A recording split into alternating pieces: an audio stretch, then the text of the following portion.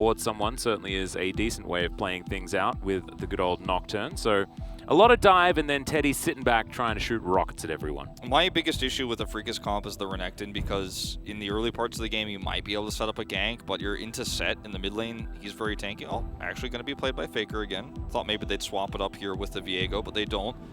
But either way, you're going to be hard-pressed to actually get kills with this pick early on, and then you become so easily the taxi for the enemy set in team fights later on, where you're already kind of struggling to scale up, you're already struggling to do any damage in team fights, and you're not really going to be able to get on this Jinx in any case. Didn't see if she took cleanse or not, but I would not be surprised. And even if you get on top of her, like, Set's just going to grab you and pull you out. Then he's going to be in the middle of the team fight, so you have to play so slow as a Renekton into the set. Yep. Not a huge fan. It's going to be tough. It's going to be tough. And the lack of Devour against the set is, like you say, quite difficult to deal with. Although, you know, if you get the Devour off and then set takes you, you know, then theoretically you get 2-for-1 special. Nice. Now, the thing about this game that I think is the most important to pay attention to is the Renekton Nidalee win rate. And we now get to see whose fault it is. We were talking about blame in the last game. If you guys were there, you will understand exactly what we're talking about. And so now we'll know exactly who's to blame. Is it the Renekton? Is it the Nidalee? My money's on the Renekton at the moment. Are you saying that there might be other factors at play here, and it's not just Nidalee versus Renekton, Wolf? Because I do not allow such a statement like that to be look, made. I did not specifically say that. I just want to keep all possibilities open in the mind for those viewers out there who might want to think about such things. And it will actually be the cleanse for Keria and not for Teddy, which is basically the same thing. It just gives you an extra summoner spell, since Teddy should not be any more than 2 feet away from Keria at any particular time. Yep. Like that one. Certainly a lot of flexibility when it comes to the Tahm Kench, when it comes to summoner spells. Keystones as well. We've seen a lot of the Unsealed Spellbook, but this time it is just going to be Guardian. Make sure Keria can be as much of a team player as possible. Conqueror check only for this game, as we do have a lot of lethal tempo. Big favorite, of course, with both the Jinx and the Nocturne, so it does make some sense. As Electrocute onto Cuz. Yep. Fly going to be conquering here in the mid lane. My goodness. 1 and 12. Like I said, Khan, the only one to get that win rate. We were trying to figure that one out last time, but it showed up yesterday. So it is Khan. He's the only one. Not a big shocker that he'd be the one to pull it off. It has had very little success in the mid lane. And I'm not talking about just the win rate, because obviously it's only won by Khan, but has looked really underwhelming just overall, even in the eye test, where you could just clearly see it's just not really making the impact that people are expecting. And his sustain was really what was nerfed. And in a matchup like this, too, where Faker can just straight up clear minions into you, that actually matters a lot. Yeah, and also, like, Faker's passive is just going to be better than Fly's Q for sustain the majority of the time. I don't know whether it was actually nerfed quite that far, but still, it's a funny thing to think about. Yeah, Nidalee also pretty bad this match. 0 and 5. As we mentioned before, the Renekton has not been able to win whilst alongside the Nidalee at any stage. And this used to be so strong, the Renekton Nidalee, and unfortunately our LCK teams haven't quite figured out that it's not quite the same as it used to be anymore. Sometimes you got to go back to old favorites here in the LCK.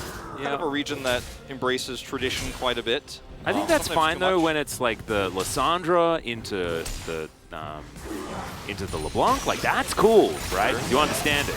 This is just picking Renekton and picking Nidalee. They're just not really doing the same things that they used to. I think, but it's okay. We'll see who's going to be able to come out on top, whether it's the Renekton or the Nidalee. The Nidalee pick in the past was often used to snowball solo lanes, and was obviously great with Renekton because of his lockdown CC. Now we have a lot of CC available, and we're going to see that early game Nidalee flex for just a second here. Yep, but you're not going to connect, unfortunately.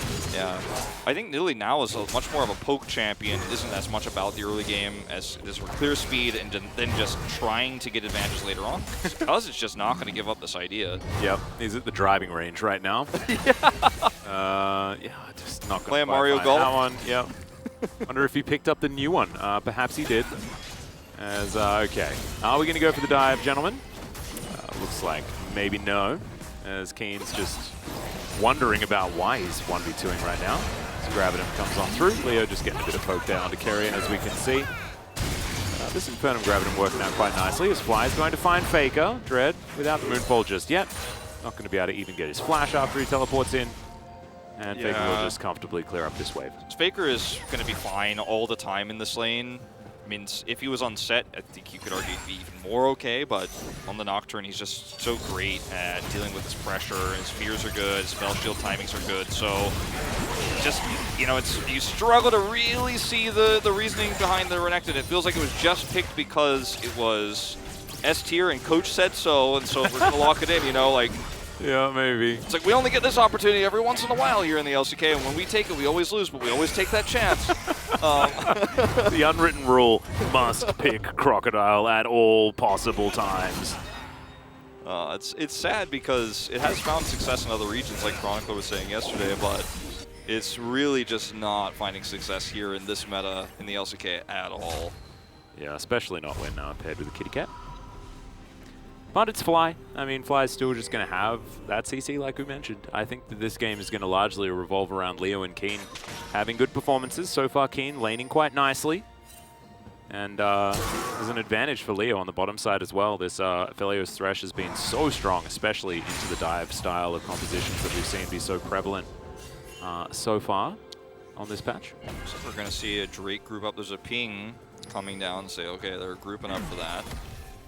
Faker actually going to back instead. He does not have teleport, so that's going to give a little bit of freedom here to Afrika.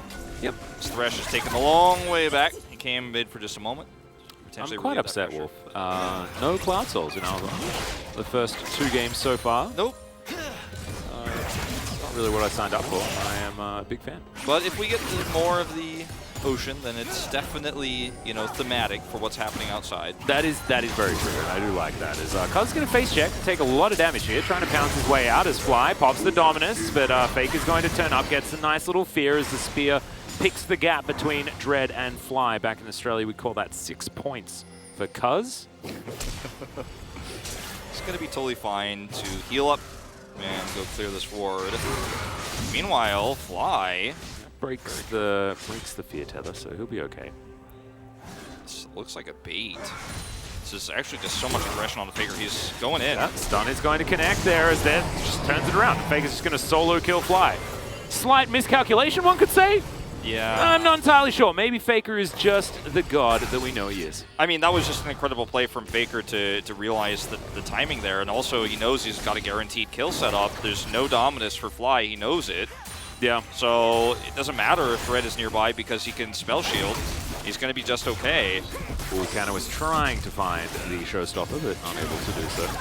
Yeah, that was a big old whoopsie from Fly. Not to mention that, you know, again, Faker has the better sustain, so when you make mistakes like this, you lose a ton of minions because he's always clearing those, he's always shoving them into the turret. Like, he's, you know, 15 CS up right now as Fly catches the last bit of that wave, but it's a matchup that can really snowball very quickly against the Renekton because the Renekton is never going to have the same sort of omnipresence that a Nocturne has on those early objectives. And you pick the Renekton for the earlier stages.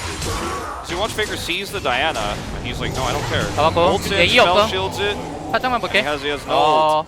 Yeah. 오케이. 빠진 거 없어 미드에서. That was, I think his response was okay. About it. His carry's going to get slayed back. Okay. Guardian pretty strong. It's got a bunch of grey health here as well. They're going to be absolutely fine. Teddy with about a wave and a half, something like that, behind. As Dread's back once again, if at first you don't succeed. But unfortunately, not going to find his window. And if this is why you pick the Renekton, is just constantly dive Faker and look for trades, you know, with these ganks. It's been a great failure in terms of your objectives so far. As they are going to look to grab this Rift Herald. Long rotation coming up from the bottom side here. Yep. A lot of vision for T1, so they know exactly what's going on there, and it looks like they are just going to give away the Rift Herald. Those Rift Herald stats still up for Afrika. But they'll get this pressure in the bottom lane to great success. Probably going to grab a plate here. Only Lehen's coming down. It's a very long walk back from Leo. Cannon fighting against Keen here as Dread's going to turn up. Cuz here as well. Spear connects. The Moonfall does come on through. Showstopper is decent as they trade 1-for-1 so far. As now Keen looking to try and grab the possession and look for Cuz as well. But Faker will turn up. And Keen in set mode. Let's see whether the buttons are going to be just as good. That's a beautiful spell shield from Faker, and that is going to spell the end of Keen. Very well said. I like the wordplay on the end of that one. And that's the end of him. Wait, what did I do? Spells the end of... I was clever, wasn't I? Yeah, you were. You didn't even realize. Does that mean I was clever? Or does that mean it was an accident? I think your brain was just like one step ahead. Ah, my brain's smarter than me. Or maybe your mouth was smarter than your brain. I don't know. Maybe that sounds better. But, I mean, this fight is just a gross overextension here for Keen, sadly. And also, the power of set means making moves like this mean that you're putting yourself at risk because he's just so survivable. Like, there's 이번 판 미드 차이 많이 날 no 거야. way you're actually 나 going to kill 무한 him 로밍 that 가능. quickly. 천천히 해도 돼. This game is mid-gap. Mid-gap is huge. This game I can roam forever, says Faker. Yeah. No, I'm not struggling with confidence. I mean, never has that, man. To be honest, though, he's not even, like, gassing himself up. Like, this is just straight up true. Like, he can go wherever he wants, whenever he wants. He's got insane wave clear, and Fly keeps making small mistakes that give him huge opportunities. He's Just already watch out, though, Faker. Wolf. Watch out for the Renekton late game scaling. Remind me when it happens. I'll be waiting. Yeah. Maybe next game. I don't know. It's not really working out so well. Remember, first picked, which is why we're being a bit critical here. The Renekton. Okay, once again, Faker going to get some fear here. Spear going to connect. Oh, yeah, nope. this is a big old owie. Yep, Spear doesn't quite find the mark, but I feel like they can just do this all game.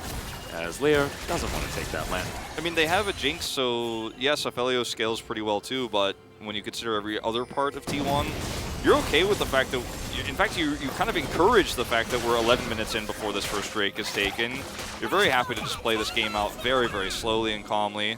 Yeah, there's also, like, it's the mid-nocturne factor, which is so difficult, right? As soon as he leaves the lane, as you can see, Afrika has to play so far back. Yeah. The inherent pressure from this paranoia that's, you know, a couple of levels away from being level 11, that range is going to extend quite a ways. It's like you just can't even CS away from your turret as No, it's just you have to just live in fear. Yeah, I mean, that's exactly what Nocturne was designed to make you feel. And hey, that's true, thematically correct. Yeah. Dread's going to get spotted here, I think, just for a second. Yeah, they're just looking to put down the Rift Herald, utilize that one. Grab Keen as much of this plate gold as he possibly can get. There's 3 on the cards here, as he will be able to grab that one. Not going to go in for any more as, okay, that plate just went into the nether. Sadly. Yeah, a little bit upsetting. I mean, the thing is, I think you'd definitely rather give the gold over to the Aphelios, but you're just not safe to really do that right now. So you don't have an option. You're never going to get anything to fly. You don't want to, as the stun is going to be blocked here by Faker. Just had so many great spell shields this game. I mean, that one didn't even need to happen. It was just the fade-away spell shield, meaning that Fly had absolutely no option of doing anything. And I just don't think he does. I don't think Fly's allowed to play the game for the rest of it. Okay, even the Rift Scuttler's scared, even if he's not going to be killed. No. Does going to go clean that one up. 3.5 minutes on this Drake. T1 did manage to pick up the first Cloud Drake. Next one going to be the Infernal. So, Mountain or Ocean. And as we said last game, it is likely to be the Ocean. Now, Cuz, you know, versus Dread in terms of what their impact is going to be later on is going to be very different because Cuz will offer a lot of poke, and he has good CC to be set up for that. In the fears that we're going to see, the fact that he can throw spears into the darkness, when we do see Faker ult, it's very difficult to avoid those or try to set up properly as Afrika.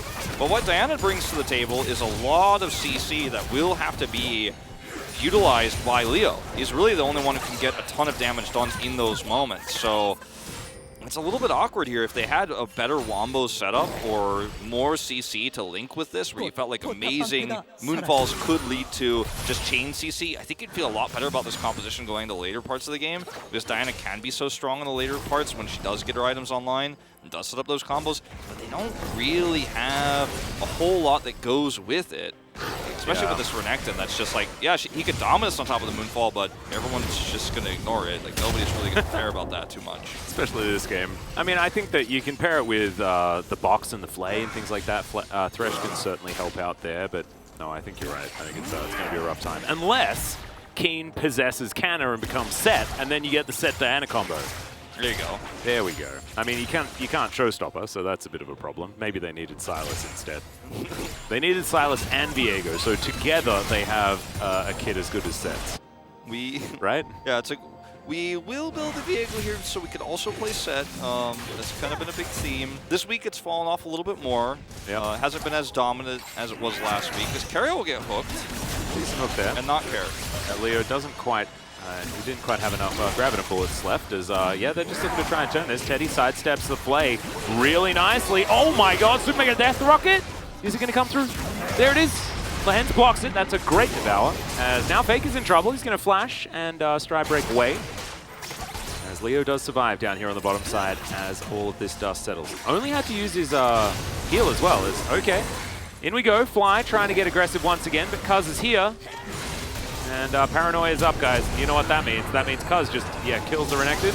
And now Fake is going in on to this Diana because he can. The fear is good as the shutdown eventually does come forward. So Keen will be able to grab the kill onto Faker, but not before he picks up a couple of kills with the help of Cuz. Very, very good look for Faker in this game. Yeah, he does end up dying in the end, but it was still very proactive play. They trade up extremely well, and now the kill pressure is still on here on the bottom side of the map. Yes, they're getting feisty down. Yeah, it's starting to really look like Teddy is going to have another game of his, another one of those, oh, it's the best game of my life, except it's always the best game of my life because I'm Teddy. And I don't have bad games, even when my team loses.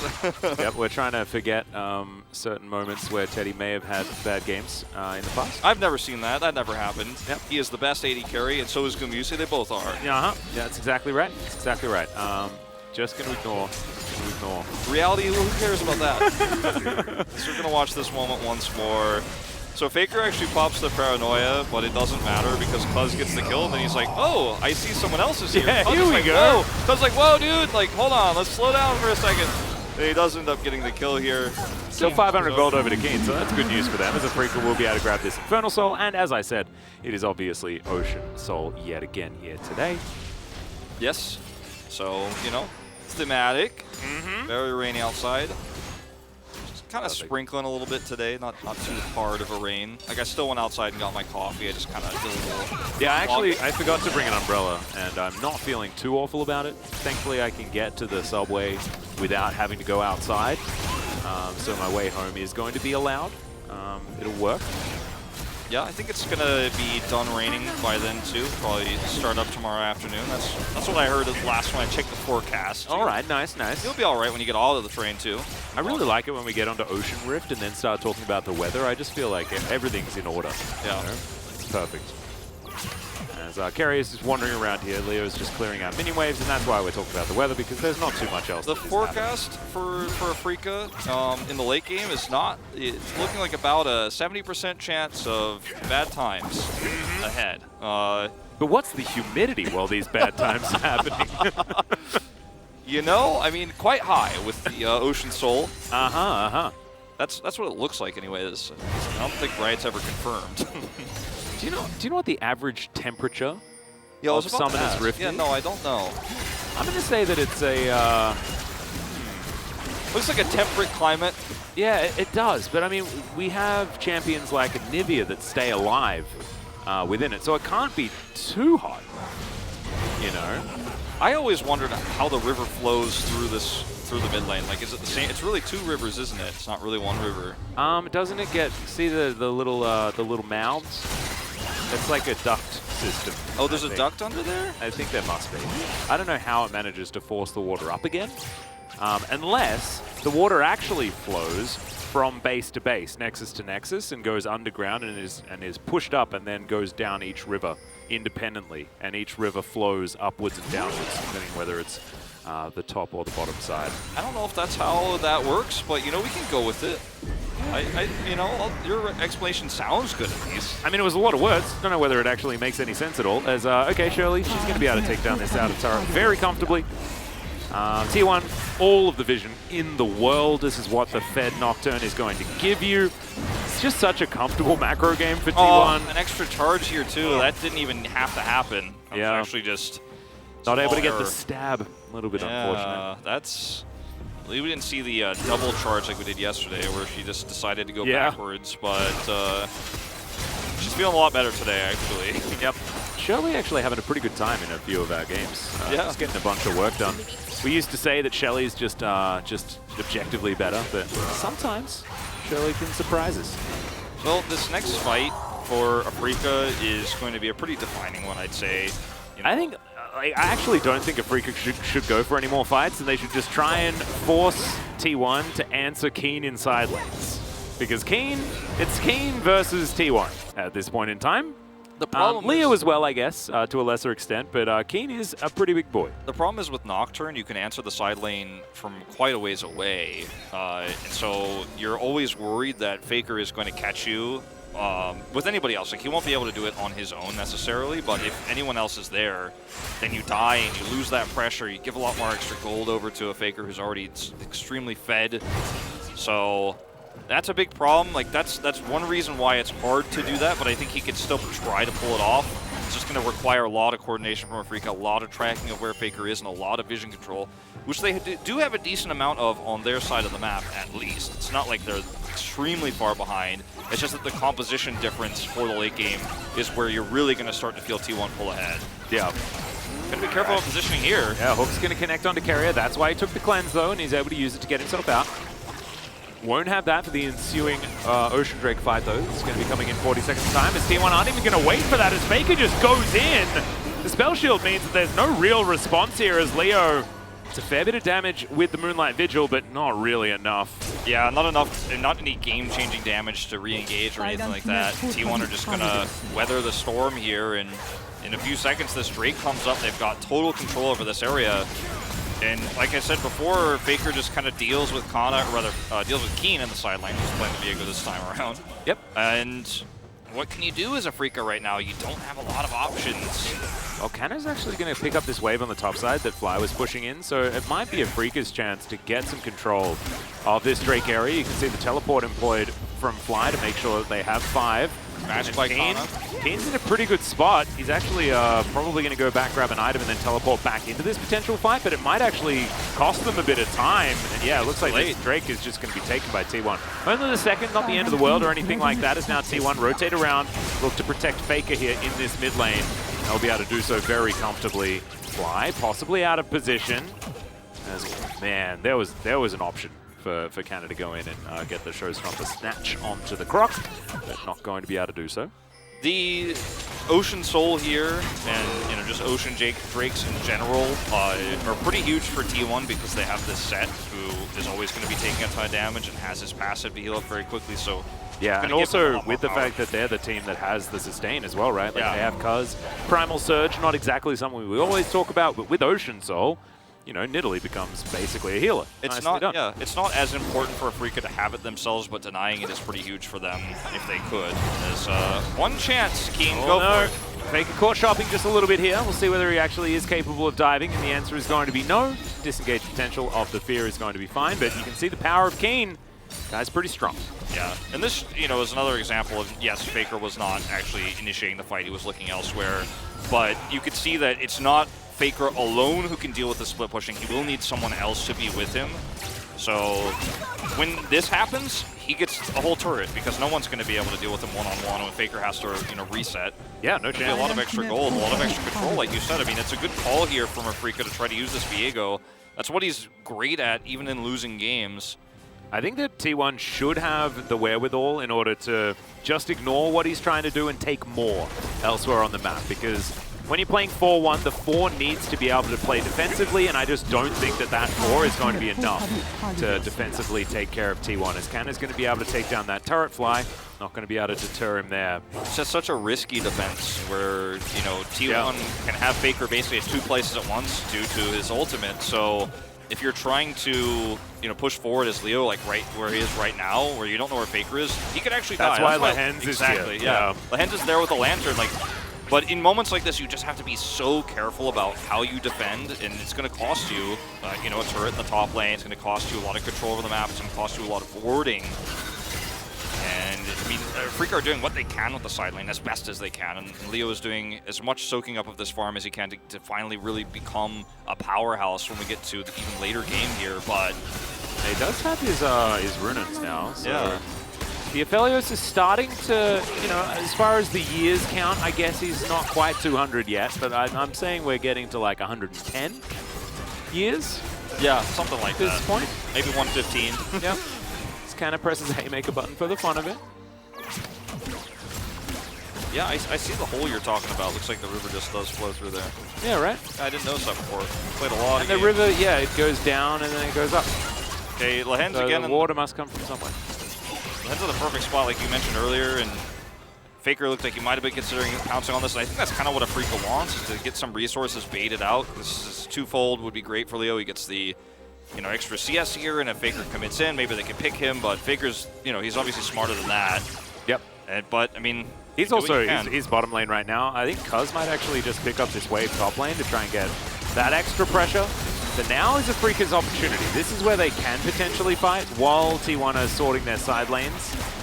But you can see, just playing quite defensively and nicely. The timing is just really hard to actually commit in and force that fight, because Faker is side laning here just, you know, 80 seconds before this next Drake is going to come up. He's even going to get a reset off here just fine, and he'll be able to come right back in. So I think if he was doing some more side laning and a riskier timing, Afrika would definitely pounce on this, but now they kind of just have to continue to play this mid-game.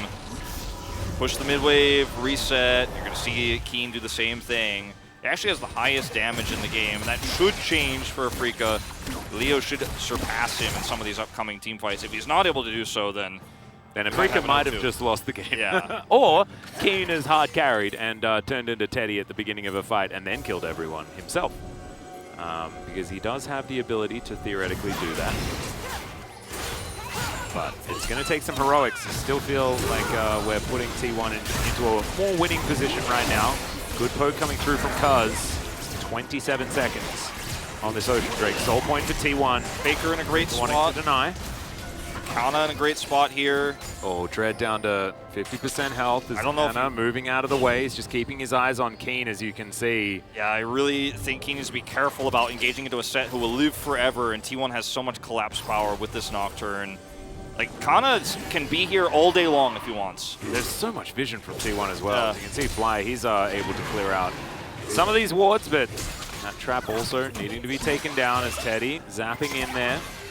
Spear's still searching, and Dread, yeah, you can't just take half your health bar like that. As Faker, he's free to do this. He's got Paranoia. I like Lahen's taking out that blast cone. It's going to prevent Kana from actually entering the fight at that flank angle. Is Faker just going to kill the Nexus while we posture around this Drake? Yeah, I mean, Afrika need to be way more decisive. This is the same problem we saw in the last game. You can't just sit back and wait to lose the game. You have to be decisive, and you don't have anyone to wrap around and chase and deal with Faker. Now Kana and crew are going to take this whole Drake down. Kana comes in late, like, I guess they're just not coming. I guess I'll walk down here and help you guys clear this out. Faker gets away with getting all that push down. Now they're going to do the same thing around Baron. Yeah, well, Faker is in here. Moonfall not actually successfully spell shielded, so I think Faker may actually be taken out here. Yep, that's going to be Keen getting yet another. Oh, actually, it was Dread that picked that one up. As the Baron immediately going to get started as Cuz is here. He can pounce over the wall, of course. There is a teleport that is going to come forward. Okay, Faker up in another 36 seconds. He's not going to be able to get here for the Baron. RT1 actually ahead enough is going to be the question. I don't think so. As Cuz, he really wants to get through. Not going to be able to jump over the wall, though. He's pushed out of the way, and it is going to be Dread that locks this one down. Okay. Keen. Stopwatch. Yeah, just stopwatches and all. The Moonlight Vigil value is pretty big. Still not going to want to go for it here as Leo is just a little bit too low. And Afrika, they'll just grab themselves a Baron and get themselves out. Yeah, that was a really nice pick on the Faker. One of the best champions you can actually collapse on right now against T1 is the Nocturne, because Nocturne is the one who punishes collapses, but he's just here alone by himself. T1 were not grouped up with him, and we weren't really looking at that in big picture, but if you look at the minimap, you can see that this is just a huge overextension from Faker. He just thought, okay, Afrika are resetting, I'm free to get the scuttle. That gives me extra vision control so they can't group up on Baron, but he gets punished for it right away, and that's the best pick you can get. No, that was beautiful. And Afrika capitalized really nicely. We were congratulating them for it in the past, being able to actually translate these picks into objectives, and they have been able to do so. So, do something with the Baron now, Freaka, as they won't have it for when the Drake comes up next, so that is still going to be that soul fight that they will have to focus on. Yep. No stopwatch for Keen now is pretty huge too. He has to get an extra life this time. And this time they have to kill Faker twice because he has that GA put together. So yeah, there's a list of somewhat negative things for Freaka. However, they still have Baron. Baron's good. Faker's just getting away with his free push on the side. Freaka, yeah, they have a little bit of mid pressure here. The side pressure from Keen is decent, but Faker can answer this. There's no ward for him to actually teleport onto to get behind Keen, so he will have to take that slow rotation over. You can see he's heading over now. Yep. He's so careful, Keen does.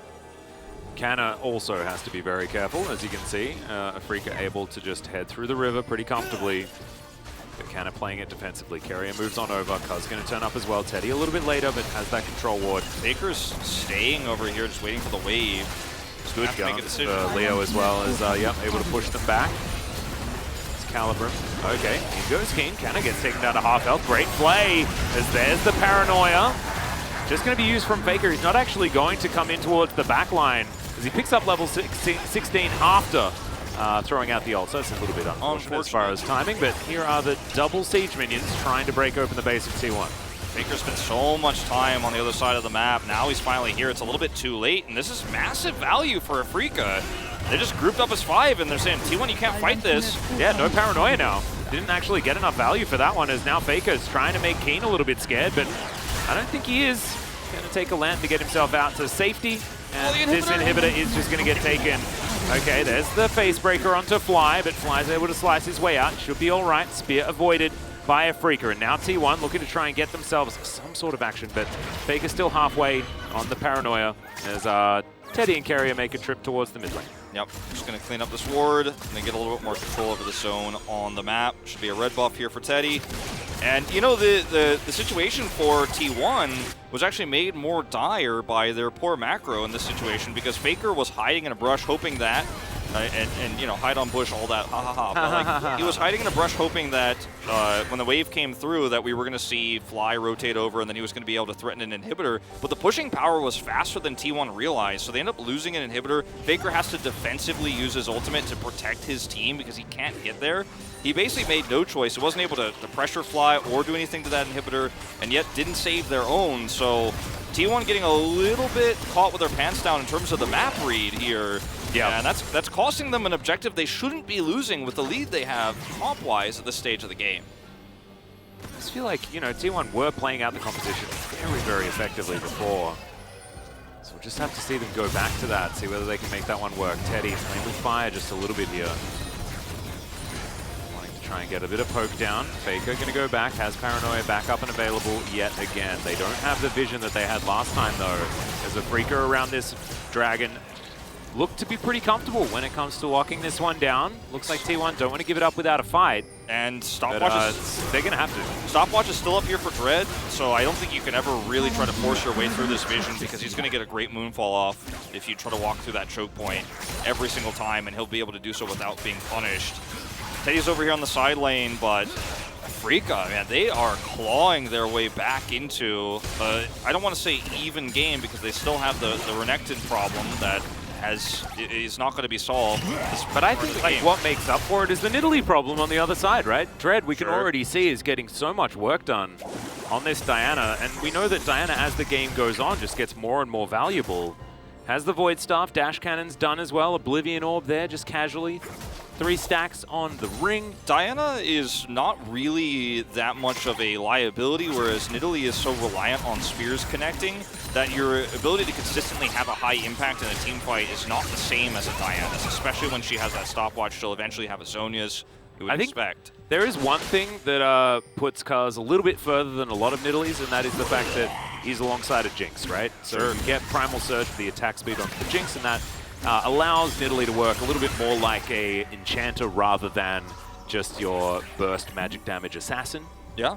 So that's a thing to pay attention to, but I don't know whether it's enough to really say that the Nidalee is better than picking a Diana in this circumstance. T1 just are not punishing Keen at all, and the 1-4 is working super well for Freaka. And that should just not be happening into this Nocturne set. Like, set should be able to answer, soak the pressure, then you have the Nocturne collapse in onto the Viego. But they're just not doing anything. T1 are just kind of waiting for waves to crash in. Now they don't have Prio on this Baron. Not at all, not even close. Yeah, it's a bit rough. Yeah, everything's just dark. This T1 have really been pushed away from the map right now as the Baron's going down extraordinarily quickly. Yeah, there's just absolutely no way. And Afrika will just walk in and take the purple worm. Oh, T1.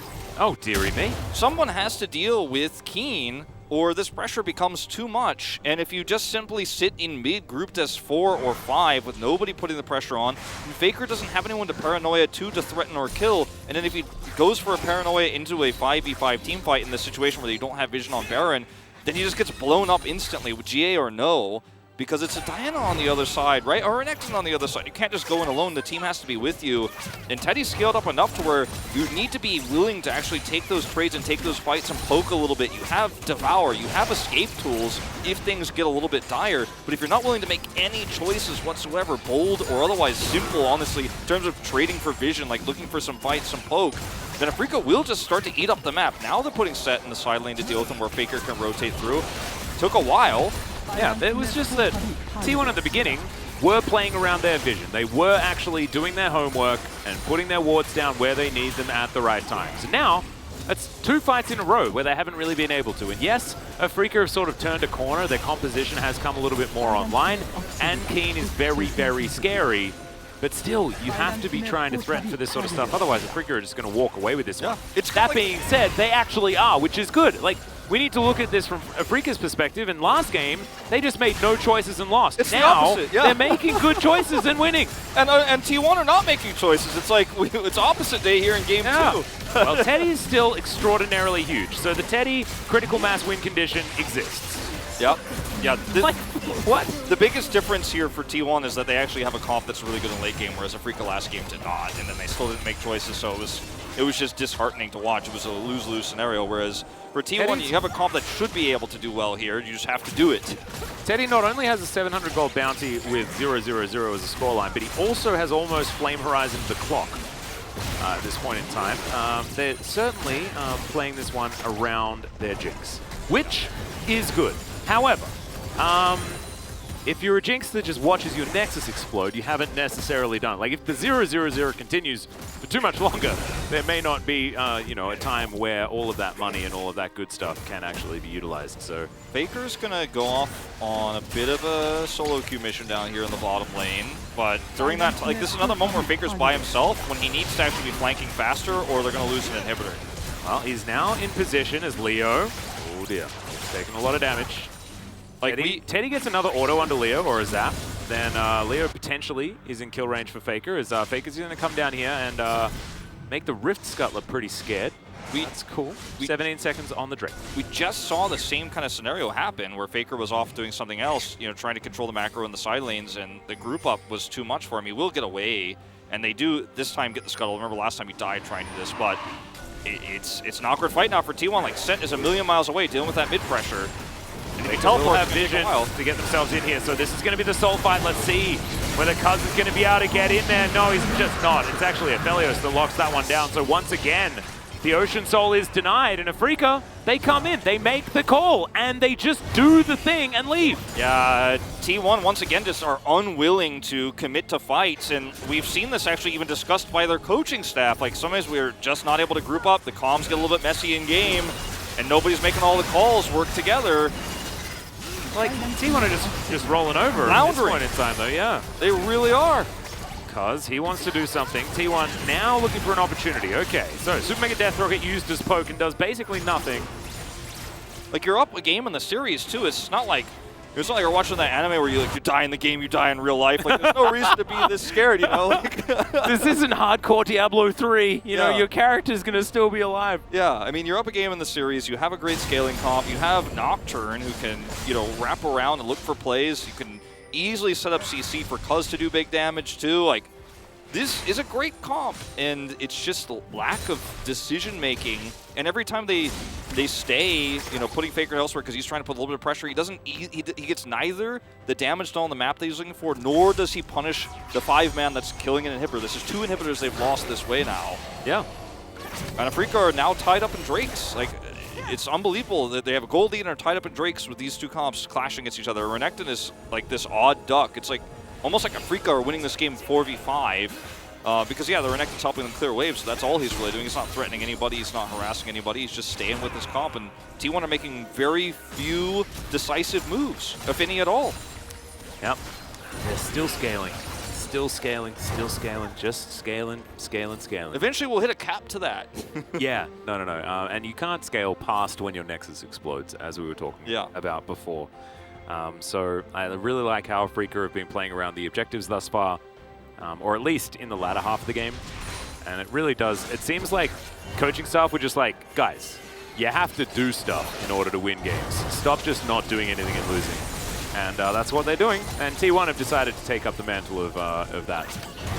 Not quite able to get much done. So T1 now in position in this mid lane. Hook is going to connect though. That's onto Cuz. He can go golden, but I think he's still just dead. Moonlight Vigil gonna get them out of there as Cuz still gonna try and flash as Faker now gets on top of the Aphelios and he just explodes. Now it's Teddy's moment. We've been waiting for this one. Decent face breaker from Canna as well as Teddy. Just trying to get out of the way of Fly, does so. The Devour is beautiful as Teddy's trying to continue kiting. Not gonna be able to though, as now Canna's going to fall down as well, and Carrier has to get out of there. And Afrika, they only lose their Aphelios, and now Faker the only man standing. I mean, that's kind of been the story of this game. Faker on his own, this time by himself. Godlands is so good, by the way. Really taking control of that last team fight, and I think this is just the end of the game. Yeah, Afrika bringing us to game number 3. Oh, what a sad loss here for T1. I mean, really, you had so many more opportunities to do so much. They did very little. And that was a gimme kill on the Aphelios. Like, that was kind of flash, haymakering him into the face. Yeah. He went all in, they got the kill, but the heal was so good for Afrika. Their positioning was so much better. And now we have to take it all back, because actually, Fly getting on top of Teddy and getting that stun allowed for then the follow-up from the Thresh and everything like that, and the Teddy ending was avoided. I have to say, Atlas, too, these 2 games we just watched, like, if either of these teams go to Worlds, which we